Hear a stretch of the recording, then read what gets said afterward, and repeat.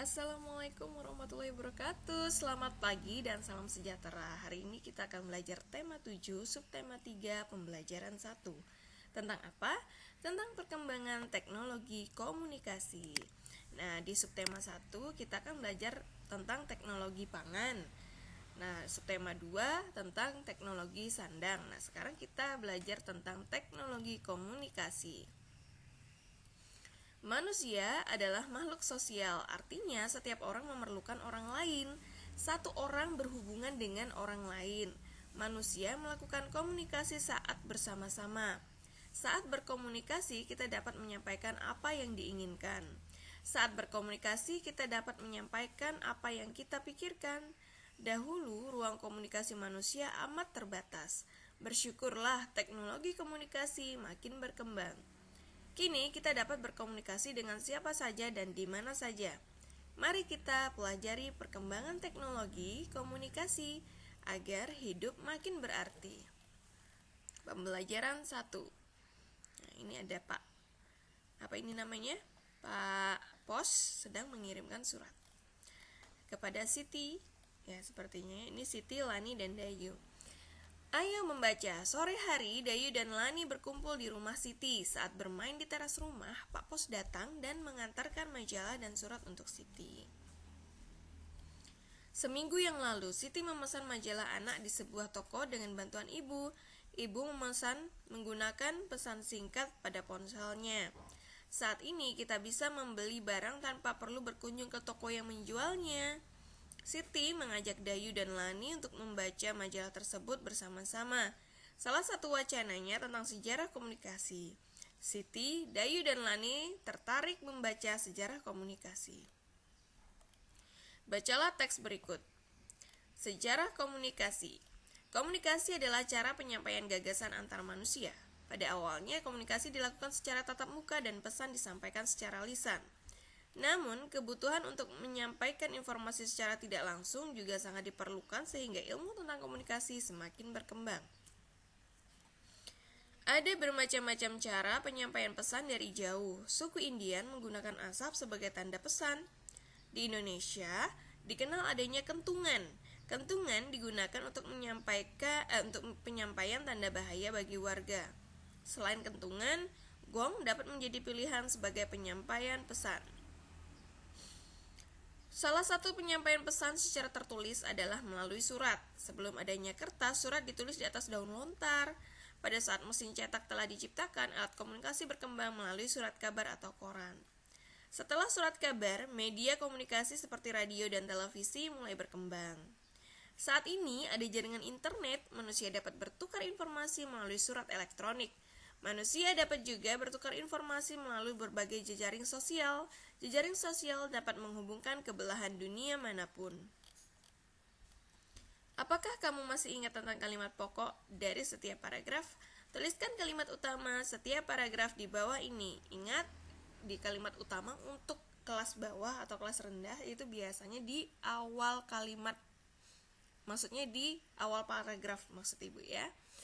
Nah, coba kalau paragraf 1 kita lihat aja di kalimat pertamanya. Komunikasi adalah cara penyampaian gagasan antar manusia. Terus paragraf 2, ada bermacam-macam cara penyampaian pesan dari jauh. Paragraf 3, salah satu penyampaian pesan secara tertulis adalah melalui surat. Paragraf keempat, saat ini ada jaringan internet. Ya, ini paragraf ke berapa nih? Keempat ya? 1, 2, 3, 4. Iya, betul, ada 4 paragraf. Begitu ya. Nah, selanjutnya membahas tentang ide pokok. Ide pokok itu adalah suatu bacaan yang dapat ditemukan jika kita membaca dengan teliti ya. Ide pokok ditemukan pada kalimat utama tiap paragraf. Ide pokok adalah gagasan utama dari bacaan. Setelah mengumpulkan kalimat utama dari tiap paragraf, maka dapat diketahui bahwa ide pokok dari teks bacaan di atas adalah. Nah, jadi sebenarnya bisa boleh sama kalimatnya dengan kalimat utama, tapi biasanya ide pokok itu lebih simpel atau lebih ringkas daripada kalimat utama. Misalnya di paragraf 1 tadi kan. Nah, komunikasi adalah cara penyampaian gagasan antar manusia. Nah, itu ya. Ini ini kalimat utamanya. Kalau ide pokoknya adalah tentang komunikasi, gitu aja. Gitu. Terus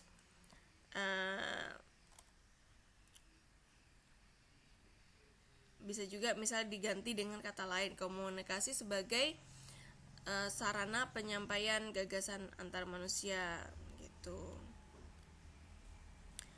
Lanjutnya ini di paragraf 2 kan ada bermacam-macam cara penyampaian pesan dari jauh. Nah, jadi langsung dari sini aja, penyampaian pesan dari jauh, kayak gitu. Lalu yang paragraf 3, salah satu penyampaian pesan secara tertulis adalah melalui surat. Nah, bisa dibalik, misalnya surat merupakan penyampaian pesan secara tertulis. Itu ide pokok. Jadi ide pokok itu tidak harus sama dengan kalimat utamanya, kata-katanya, tapi biasanya dia lebih ringkas dan walaupun katanya dibolak-balik ataupun diganti dengan kata lain, tapi maksudnya tetap sama. Itu namanya ide pokok. Nah, sekarang ini tentang saat ini ada jaringan internet. Langsung aja ide pokoknya adalah tentang jaringan internet, gitu aja. Nah, sip. Selanjutnya, ayo menulis. Tuliskan kembali kata-kata yang digarisbawahi pada kotak berikut. Nah, carilah kata tersebut dalam kamus, buatlah kalimat menggunakan kata-kata yang digarisbawahi. Nah, ini bisa kalau tidak ada kamus, kalian bisa menggunakan KBBI online. Nah, yang ada di Google, silakan, di situ ada tentang kamus KBBI, Kamus Besar Bahasa Indonesia. Nah, di sini yang digarisbawahi ini ada kata gagasan, ada pesan, lisan, informasi, lalu keuntungan, penyampaian, surat, koran, media, internet. Ada berapa jadinya? 1, 2, 3, 4, 5, 6, 7, 8, 9, 10. Jadi ada 10 ya. Nanti kalian cari di kamus. Nah, carilah arti kata tersebut dalam kamus, buatlah kalimat menggunakan kata-kata yang digarisbawahi. Setelah mencari arti katanya, 10 kata tadi, lalu silakan membuat kalimat dari sana. Ya, ada 10. Lalu ayo mengamati. Siti mendapat kiriman kartu ucapan terima kasih dari toko majalah yang pernah Siti pesan. Kartu tersebut cantik sekali. Kartu itu disebut kartu pos. Unsur garis, bidang, dan warna pada kartu pos menarik untuk dilihat. Amati hiasan pada kartu pos berikut. Hai Siti, terima kasih sudah berbelanja di toko kami. Kepada Siti, Jalan Baru, nomor 15, Jakarta. Nah, ayo berkreasi. Siti mengajak Dayu dan Lani membuat kartu pos. Siti menyelidiki karton seukuran kartu pos. Selanjutnya, Siti, Dayu, dan Lani menghias sekeliling kartu pos dengan karya hiasan. Buatlah hiasan yang sama seperti Siti dan teman-teman pada kartu pos di bawah ini. Nah, seperti ini. Nanti terserah nih mau mau dihias seperti apa ya. Ayo mengamati. Siti, Dayu, dan Lani telah selesai menghias sekeliling kartu pos dengan karya hiasan. Amati gambar kartu pos yang telah dihias. Kartu pos mempunyai 4 tepi. Jumlah panjang keempat tepinya disebut keliling kartu pos. Ya, jadi yang ini panjang tepi ini 1, 2, 3, 4. Ini namanya keliling ya. Persegi panjang mempunyai 4 sisi. Ya tadi itu 1, 2, 3, 4. Jumlah panjang keempat sisinya disebut keliling persegi panjang. Setiap bangun datar memiliki keliling. Kita dapat menemukan keliling dari setiap bangun datar dengan mudah. Keliling bangun datar adalah jumlah panjang sisinya. Kalau sisinya ada 4 berarti 4. Kalau segitiga berarti ada 3 gitu ya.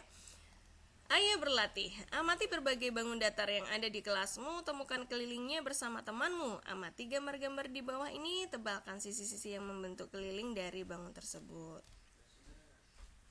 Nah, ini coba dilihat. Ini ada persegi panjang. Sisinya ada berapa? 1, 2, 3, 4. Ya.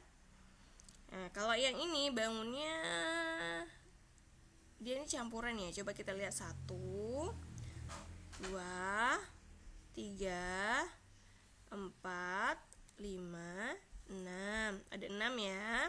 Coba yang ini 1, 2, 3, 4, 5, 6. 6 juga.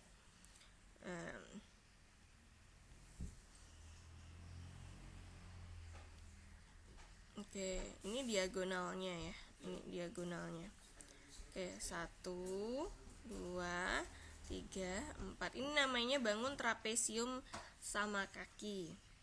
Yang ini segitiga ya. Jadi 1, 2, 3. Ini bentuknya seperti L.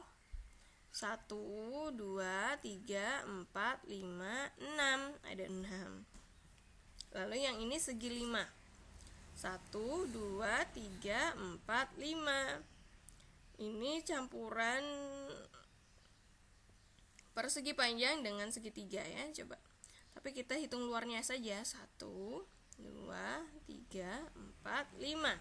Seperti tanda tambah ini, setiap tekukan ini kita hitung 1 ya gitu ya. 1, 2, 3, 4.